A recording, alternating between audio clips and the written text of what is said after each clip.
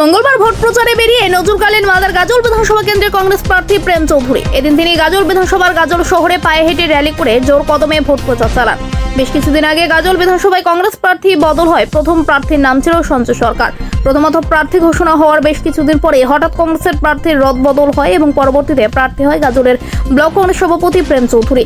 এ নিয়ে রাজনৈতিক মহলে ব্যাপক সমালোচনা শুরু হয়েছিল।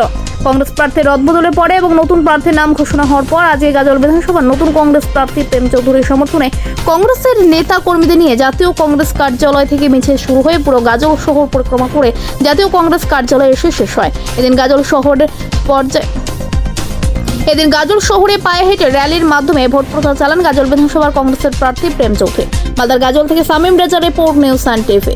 বিধানসভা নির্বাচনে জাতীয় কংগ্রেসের প্রার্থী হিসাবে আজকে সমগ্র গাজলে আমরা গাজলের সমস্ত অঞ্চল থেকে আগত সমস্ত কংগ্রেস কর্মীদেরকে নিয়ে আমরা একটা বর্ণাঢ্য এখানে একটা যাত্রা করলাম এবং এই শোভাযাত্রাতে মানুষের যে স্পন্দন, যে মানুষ চাইছে কংগ্রেসকে, যে দুটি সরকার চলছে রাজ্যে এবং কেন্দ্রীয় সরকারের, তাদের প্রতি বিরক্ত হয়ে মানুষের যে আজকে সাড়া, সেই সাড়াতে আমি সমস্ত গাজলবাসীর কাছে আমি নতমস্তকে আমি প্রণাম জানাই যে আমাকে তারা যে পরিমাণে আমাকে আজকে ভালোবাসা আজকে তাদের প্রদান করেছেন।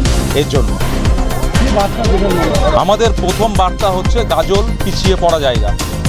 আপনারা দেখেছেন বিগত দিনে জোটের দুইটি এখানে ক্যান্ডিডেট নির্বাচিত হয়ে যাওয়ার পরেও তৃণমূল নিজেদের স্বার্থ চরিতার্থ করবার জন্য তাদেরকে এখান থেকে দল থেকে তাদেরকে নিয়েছিলেন এবং যে সমস্ত এখানকার আপনাদের কর্মীরা এখান থেকে গিয়েছিলেন, বিশেষ করে যারা বিধানসভায় গিয়েছিলেন এখান থেকে, তাদের স্বার্থ চরিতার্থ তারা নিজেরা করেছিলেন।